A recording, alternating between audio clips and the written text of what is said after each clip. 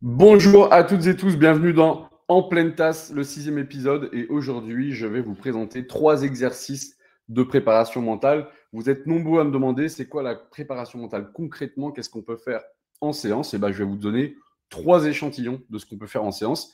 C'est 3 exercices parmi mes préférés, vraiment. En tout cas, dans le style de l'exercice, je vais vous expliquer parce que souvent, je les mets à ma manière et je les adapte suivant la problématique, suivant la personne que je vais avoir en face de moi, suivant le contexte. Et donc, on ne va pas toujours les utiliser de la même manière. Le premier, ce sera des questions.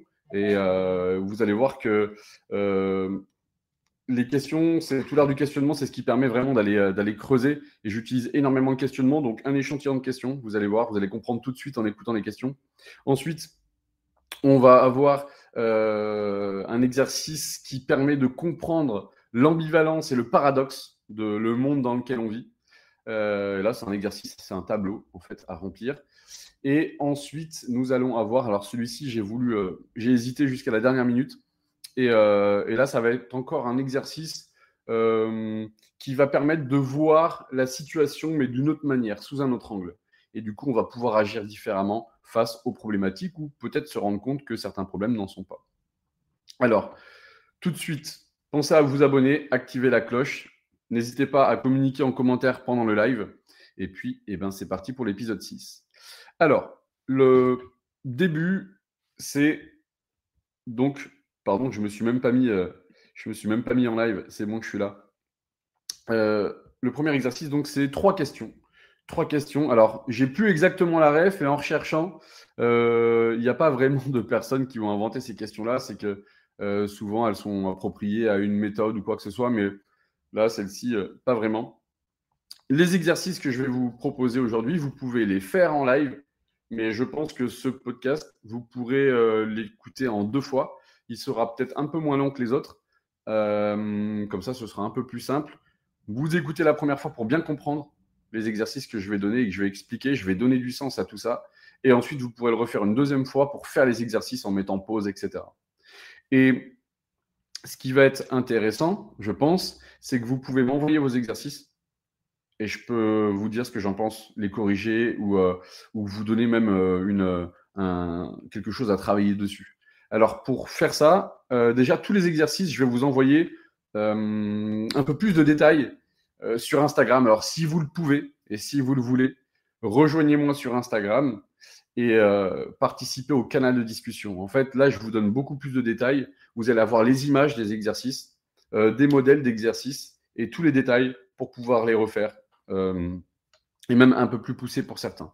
Là, on va faire un peu pour tout le monde en live et ensuite, pour ceux qui sont encore plus intéressés, eh ben, vous me rejoignez sur le canal de discussion, vous allez avoir tous les détails, tous les exercices, tout le compte rendu, un peu la conclusion de ce podcast et vous pourrez ensuite en MP m'envoyer vos exercices et vos questions, ce que vous voulez, comme d'habitude. Il y en a qui ont déjà pris l'habitude de le faire et c'est avec plaisir que je réponds en commentaire ou en privé.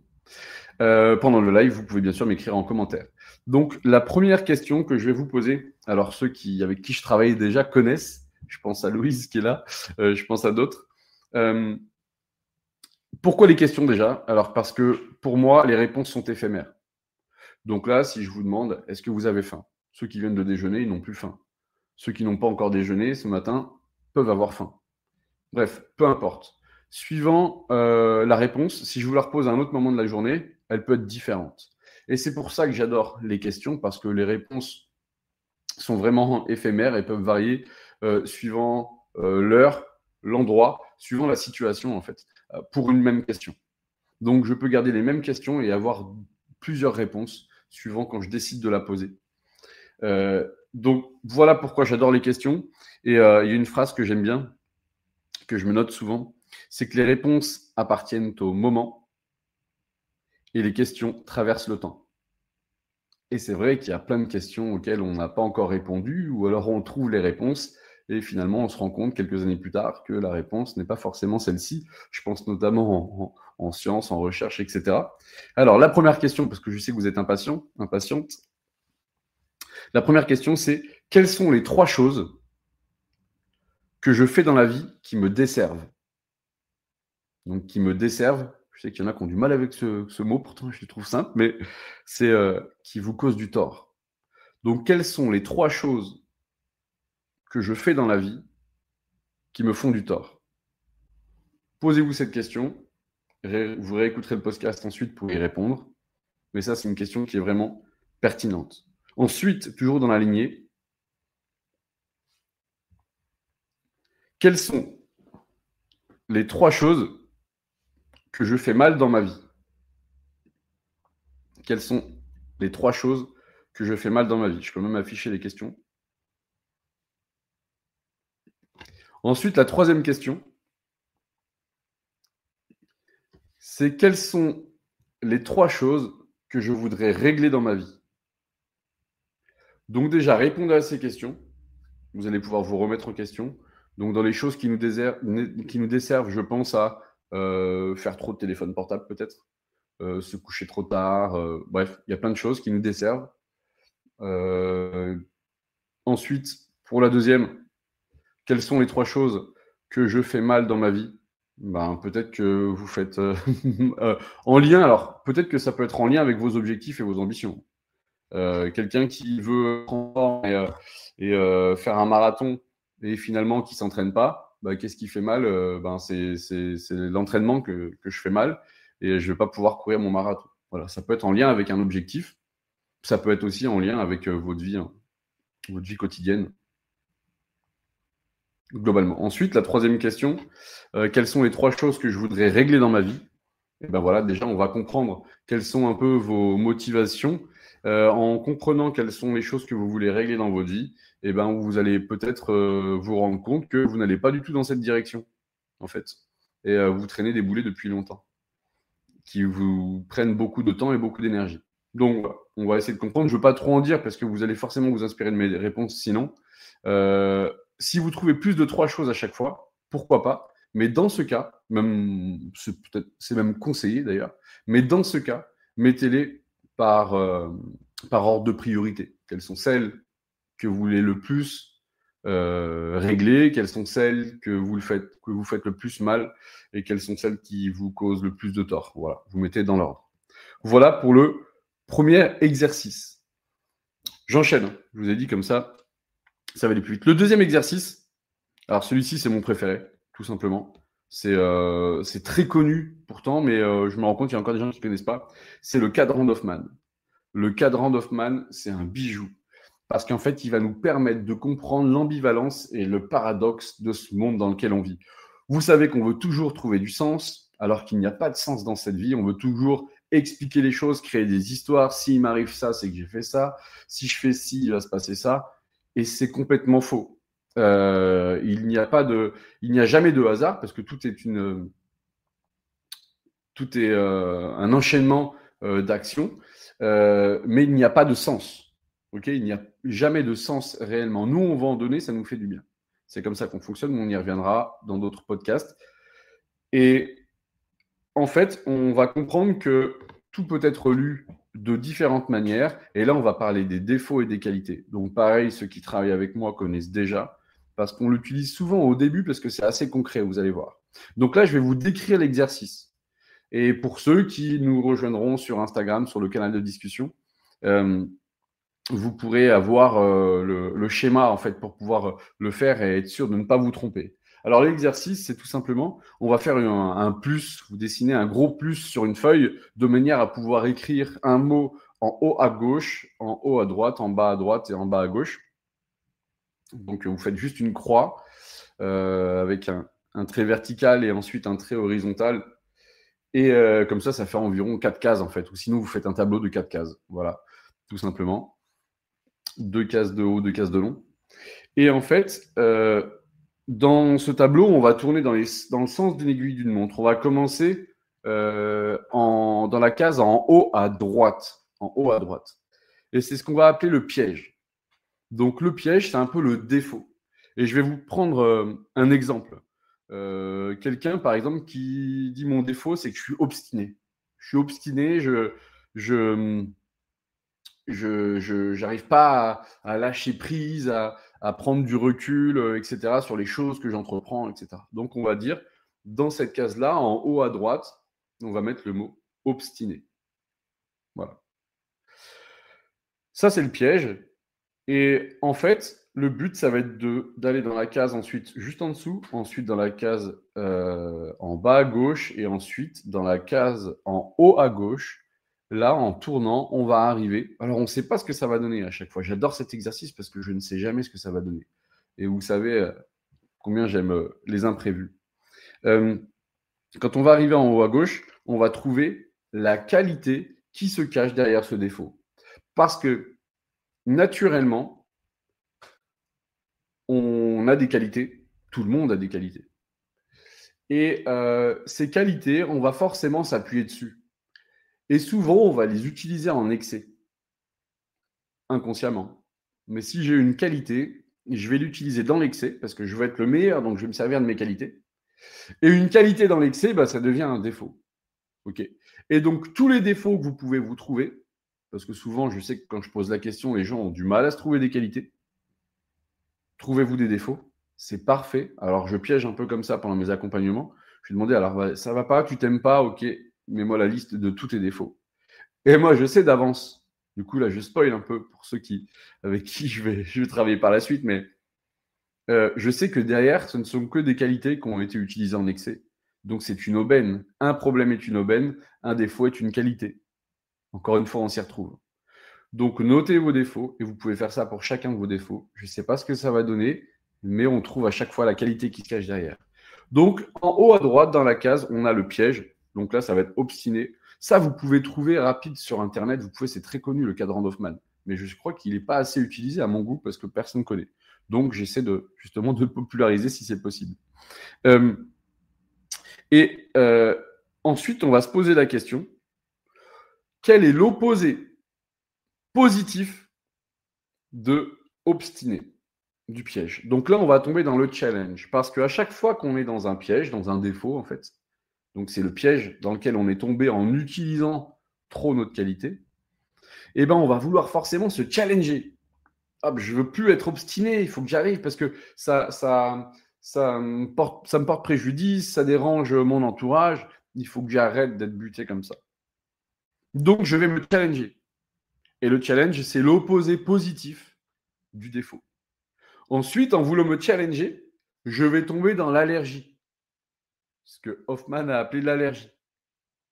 C'est le challenge, mais toujours dans l'excès. Donc, je ne veux plus être obstiné, je vais me challenger. Mais du coup, je vais tomber dans l'excès de ce challenge et je vais tomber dans ce qu'on appelle l'allergie. Et ensuite, l'opposé positif de l'allergie, eh ben, c'est la qualité qui se cache derrière le défaut de départ. J'espère que vous me suivez, sinon vous réécouterez. Et donc, on a le piège, c'est obstiné. Je veux me challenger. Donc, du coup, je vais chercher l'opposé positif. Ça peut être la souplesse, devenir un peu plus souple. Ensuite, je vais naturellement tomber dans l'excès, parce que je vais vouloir être trop souple, vraiment. Je vais vouloir complètement changer radicalement. Alors que souvent, eh ben, il y a des nuances. Et la vérité, elle peut être un peu au milieu. Elle peut être nuancée. Et nous, c'est vrai que le corps est un peu binaire. On réagit de manière binaire. Donc, soit c'est noir, soit c'est blanc, mais parfois, il y a du gris, sombre, moins, plus clair, etc. Donc, je me challenge en voulant être souple. Et je tombe dans l'excès, dans l'allergie. Du coup, je deviens quelqu'un qui est trop souple. Donc, ça peut être quelqu'un qui est indécis, par exemple. Voilà, je ne prends plus de décision. Je suis vraiment là, on me dit qu'est-ce que tu penses de ça? Tu es d'accord avec ça? Ah oui, oui, pas de problème, allez-y. Ok, on prend plus, voilà, on veut plus maîtriser les choses, on prend trop de recul, on devient trop souple et du coup on peut devenir indécis. Certains vont devenir, c'est pour ça que c'est vraiment personnel ça, parce que certains vont devenir effacés. Voilà, on fait plus attention à leur, ils n'osent plus donner leur avis pour laisser de la place aux autres, etc., etc. Donc on va dire indécis, mais il y en a, on peut aussi prendre effacé comme mot, voilà, passif, etc. Cette allergie, du coup, on va aller essayer de rechercher. Donc, je redis donc le défaut, le piège en haut à droite, dans la case en haut à droite. En dessous, dans la case en bas à droite, on a le challenge. qu'il a de la souplesse dans cet exemple. Ensuite, en bas à gauche, on va avoir l'allergie. Là, on va mettre être indécis. Et maintenant, en haut à gauche, on va pouvoir, donc en tournant comme ça dans les sens des aiguilles d'une montre, on va pouvoir enfin trouver la qualité qui se cache derrière le piège de départ. Et bien, ça va être l'opposé positif de indécis. Donc, quelqu'un qui est indécis, on va trouver l'opposé positif. Et ben, ça va être peut-être quelqu'un de déterminé. Quelqu'un qui est déterminé, c'est quelqu'un qui va prendre des décisions et aller à fond dans cette décision-là. Et du coup, quand il est dans l'excès, ben, on revient au piège et il devient obstiné. Hop, on ne lâche pas l'affaire. C'est dur, je continue. Après, ça me fait du mal, je continue quand même. Et après, et puis même dans des décisions radicales pour pas forcément des décisions personnelles. Donc voilà, en fait, en faisant le tour du cadran, piège, challenge, allergie, on arrive à la qualité. Et quelqu'un qui est trop déterminé peut devenir obstiné. Donc faites la liste de tous vos défauts ou tout ce que les gens vous trouvent comme défaut. Et ensuite, vous saurez que déjà derrière tout ça se cache des qualités tout simplement que vous utilisez en excès. Et déjà de le savoir et de l'amener à la conscience, et ben ça permet déjà de lever le pied, de prendre du recul parce que finalement, et bien sûr de ne pas tomber dans le challenge, il ne faut pas essayer de changer. Il ne faut pas essayer de devenir quelqu'un d'autre, une autre personne. Il faut essayer de rester soi-même. Et c'est ça l'avantage. C'est qu'on va pouvoir se rendre compte qu'en fait, on utilise une qualité en excès, qu'on a des qualités justement. Et plutôt que de vouloir changer, ben non, je vais juste être qui je suis vraiment. C'est juste que je vais le faire avec un peu plus de nuances, tout simplement. Et après, ça se travaille. Donc voilà pour le cadran d'Hoffman, je voulais absolument vous le présenter. Je referai d'autres podcasts comme ça avec des exercices à faire vraiment concrètement. Et là, je vais avancer. Alors, sur le cadran d'Hoffman, il y a des choses un peu plus complexes parce qu'on peut aller encore plus loin. On peut aller encore plus loin, évidemment. Mais là, ça, je pourrais l'expliquer parce que je pourrais mettre un schéma. Sans schéma, c'est plus compliqué. Je pourrais l'expliquer dans le canal de discussion sur Instagram. Donc, n'hésitez pas à vous abonner sur Instagram, vraiment. Donc, c'est Rémi Lasserie ou Recto Cerveau. Vous pouvez me trouver, je mettrai sinon les liens dans les descriptions sur ma chaîne YouTube, il y a le lien. Vous venez dans les messages, dans le canal de discussion. Je mets des invites aussi parfois par story. Sinon, vous m'écrivez, vous me demandez l'invitation. C'est juste un lien et voilà. Et en fait, vous recevez juste des messages sur Instagram de temps en temps quand j'explique des choses. Et là, vous allez avoir le détail parce qu'en fait, on peut croiser ce cadran avec quelqu'un d'autre. Par exemple, quelqu'un qui l'allergie, en fait, on va se challenger parfois pour faire plaisir aux autres un petit peu. Mais souvent, on tombe dans l'allergie. Notre allergie, ça va être le défaut de quelqu'un d'autre. Et en fait, nos cadrans se croisent et on comprend, ça donne du sens, surtout dans les couples, par exemple, etc. Donc ça va être compliqué de vous l'expliquer comme ça. Donc rejoignez-moi en ligne sur Instagram et puis le canal de discussion. Vous m'écrivez si jamais vous ne trouvez pas. Vous m'écrivez là en commentaire, vous m'écrivez par message, vous pouvez trouver mes coordonnées un peu partout. Mais on avance pour le cadran d'Hoffman, mais en tout cas, il y a beaucoup à faire hors ligne si vous avez envie, besoin. Mais tout ça, c'est gratuit. Hein. C'est juste les choses que je mets en ligne, justement, donc il n'y a pas de souci. Alors, tant que je peux, je réponds à tous les messages. Et puis, si un jour je ne peux plus, bon, bah, désolé. Mais ce sera tant mieux pour moi, peut-être. Ensuite, on avance. Alors, le dernier exercice, le troisième exercice, j'ai hésité, mais finalement, c'est un exercice que je me suis un peu approprié. Je l'utilise d'une manière qui, à la base, il n'est pas vraiment fait pour ça. Au début, oui. Mais donc, ça s'appelle la roue de la vie. C'est très connu, ça aussi. La roue de la vie. Et en fait, j'essaie de le pousser pour comprendre un peu où sont les problèmes. Vraiment, en fait, souvent, alors ça, quand on me contacte pour un problème, je me rends compte que le problème, c'est pas vraiment celui pour lequel on m'a contacté. Il y a souvent des problèmes sous-jacents, on va dire. Et en fait, cet exercice, il est vraiment bien pour ça, pour la vie quotidienne, pour tout, en fait. La roue de la vie, on va prendre, en fait, tous les critères, en gros, du bien-être. Donc là, si vous voulez le faire, vous tracez un cercle. Voilà.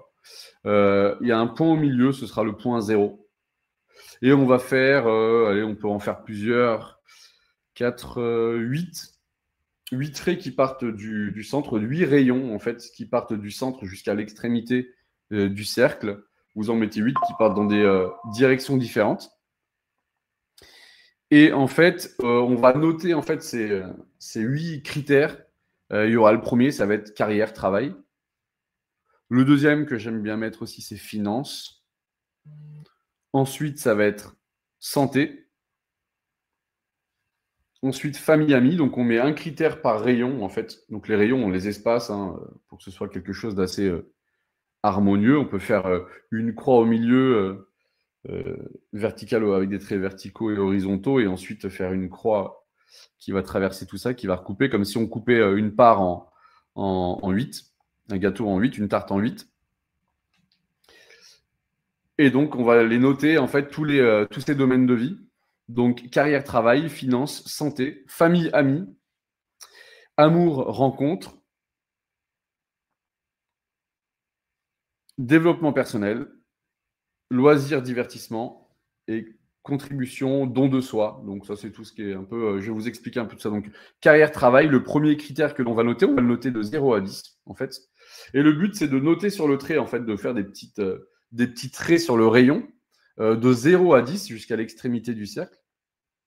Et en fait, comme ça, vous allez mettre un point à votre note. Donc, par exemple, si carrière travail, je me mets 8 sur 10, eh ben, je vais compter donc, les petits traits pour les découper que ce soit pareil à peu près pour tous les rayons. Et alors, pour ça, j'ai pris un truc qui est super sympa pour le faire en rendez-vous. C'est que j'ai un dessous de plat en liège. Je mets un point au milieu, donc le centre, et j'ai tiré des traits après au stylo des rayons. Voilà, avec les critères. Et en fait, avec une punaise, on va mettre notre note.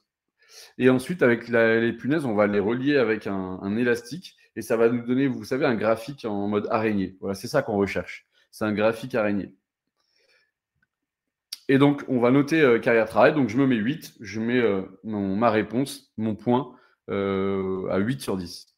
Ensuite, finance. Donc, carrière travail, hein, c'est est-ce que ça se passe bien au travail? Voilà, tout simplement. Est-ce que ma carrière professionnelle se passe bien? Est-ce que ça se passe bien au travail? Si vous pensez que vous avez des problèmes au travail et que ça se passe pas très bien, vous avez la boule au ventre pour y aller, bah là, vous pouvez mettre une très mauvaise note. Ensuite, finance, donc c'est financièrement, comment ça se passe pour vous. Donc, ça prend en compte aussi bien votre salaire, justement, vos dépenses aussi, parce que si vous gagnez beaucoup, mais que vous avez de plus grosses dépenses, et ben financièrement, ça va pas. Voilà, prenez la santé financière, en fait. Ensuite, la santé. Donc là, c'est votre santé à vous. Est-ce que vous notez là sur 10? Ensuite, vous notez sur 10 famille, amis, donc vos relations avec votre famille et vos amis. Ensuite, vous notez sur 10 votre situation amoureuse. Il y a aussi tout ce qui est forcément le sexe, etc. Ensuite, développement personnel. Donc là, vous allez noter, est-ce que vous avez l'impression de vous développer et d'évoluer dans le bon sens ou dans le mauvais sens, du coup, et vous notez ça. Donc, si vous avez l'impression vraiment d'évoluer dans le bon sens, on peut se mettre une très bonne note. Et si vous avez l'impression d'évoluer vraiment dans la mauvaise direction et que ça va de plus en plus mal, vous montez pas en compétence, au contraire. Vous faites plus rien de vos 10 doigts alors que vous êtes manuel, par exemple. Et là, vous pouvez mettre une moins bonne note. Loisirs et divertissement. Est-ce que vous avez assez de loisirs? Est-ce que vous êtes assez diverti dans votre vie? Ou au contraire, est-ce que vous n'avez pas assez de temps pour ça ou pas l'occasion de le faire? Donc, vous notez aussi loisirs et divertissement sur 10. Et ensuite, contribution, don de soi. Donc, ça, c'est tout ce qui est bénévolat, tout ce qui va être les choses que vous allez faire sans rien attendre en retour, en fait. Donc, est-ce que vous aidez des gens? Est-ce que vous passez du temps pour les autres aussi? Voilà. Donc, vous mettez une note sur 10. Au bout du compte, donc pareil, ça, je mettrai le schéma dans le canal de discussion sur Instagram. Vous allez avoir un graphique araignée. Et comme ça, c'est une représentation de notre situation. Parce que notre situation, on l'a dans notre tête. Mais là, on peut vraiment la voir sous un autre angle. J'ai reçu mes nouvelles tasses. Je suis trop fier, je vous la montre. Et pour les autres, il faut voir sur les réseaux sociaux, je la montre en story. Donc, vous voyez d'une autre manière votre situation. Et soit on se dit, putain, c'est vraiment une situation catastrophique en fait. Ou au contraire, on se dit, ouais, finalement, ça va pas trop mal dans tous les domaines. Il y a juste un ou deux domaines où ça va pas. Et dans un premier temps, on va déjà prendre. Alors, ce qu'il faut savoir, pourquoi c'est intéressant, ça, c'est que chaque domaine qui vont bien se passer, qui vont être bien notés, vont tirer les autres vers le haut. Donc, si ça se passe bien dans un domaine, on sait qu'il va pouvoir nous aider. Ça va être un peu une locomotive pour les autres domaines. Et à l'inverse aussi, comme tout est ambivalent et paradoxal, et là c'est logique, c'est qu'un domaine où ça ne va pas, du coup va tirer tout le reste vers le bas. Donc c'est toujours en mouvement, tout le temps, tout le temps. Si vous le refaites toutes les semaines, ça peut changer toutes les semaines. Et en fait, ce qui est intéressant, c'est de faire ce graphique araignée, de prendre une photo à date, et ensuite de se fixer un objectif, et de reprendre une photo et de voir la différence. Comme ça, vous pouvez voir l'évolution. Parce que quand on a la tête dans le guidon, c'est vraiment difficile de voir l'évolution. Et puis, on n'a pas le recul nécessaire souvent. Pour tout le monde. Pour beaucoup, en tout cas. Donc, ce premier graphique, et je vais vous donner des exemples. Des exemples que j'ai déjà eus, en fait. Donc, par exemple, quelqu'un qui avait un problème au travail. Donc, tout était plus ou moins bien noté. Franchement, les finances allaient, santé, pas vraiment de problème. Mais comme ça allait pas très bien au travail, la santé se dégradait. On se sentait de moins en moins bien. On tombait de plus en plus souvent malade, pardon. J'ai pas changé le nom en bas, c'est bien la roue de la vie. On est plus sur le cadran d'Hoffman là. Donc, des problèmes de santé qui commencent à arriver, etc. Même des petits problèmes de santé, mais qui n'étaient pas là avant. On avait aussi moins de loisirs, moins de divertissement. J'avais plus envie, je parle pas de moi, mais je parle de la personne. Elle avait plus envie de voir ses amis. Et puis quand je suis dans cette situation-là, ça impacte aussi mon couple. Ça impacte aussi, voilà, tout ce qu'on va faire. Le développement personnel, non, là, ça va plus du tout. Là, j'entreprends plus rien, je monte plus en compétences. Non, là, ça va plus du tout. Je me sens de moins en moins bien. Donc, la note la plus basse, c'était le travail. Donc, je m'intéresse toujours à la note la plus basse au départ parce qu'on va arrêter l'hémorragie. Voilà, c'est comme faire un garrot. Vous avez une entaille, on va d'abord arrêter l'hémorragie avant de faire quelque chose d'autre. Donc, on arrête l'hémorragie, hop, on fait le point et ensuite on va guérir. Donc, carrière-travail, très mal noté. Du coup, c'est là où j'innove, moi, dans cet exercice, c'est que je reprends le thème carrière-travail et on refait une roue de la vie avec les critères de la carrière et du travail. Du coup, dans cette nouvelle roue de la vie, il y a toujours les rayons, mais on change les items. Donc, on va avoir, par exemple, mon planning, ça fait partie de mon travail. Mes collègues, ça fait partie de mon travail. Mon salaire, etc., etc. On essaie de mettre un maximum de critères, environ 8. Voilà, des fois, on en a un peu moins, des fois, on en a un peu plus. Il y a le trajet aussi. Il y a plein de choses qui se passent dans le travail. Donc, la reconnaissance dans mon travail, etc., etc. Donc ça, c'est vrai que c'est pas mal quand on est un peu aidé, quand on veut le faire. Mais bon, vous pouvez le faire de vous-même. Et ensuite, je me rends compte que toutes les notes vont plutôt bien. Bon salaire, le trajet, c'est juste à côté, pas de problème. Je passe pas 3 heures dans les bouchons.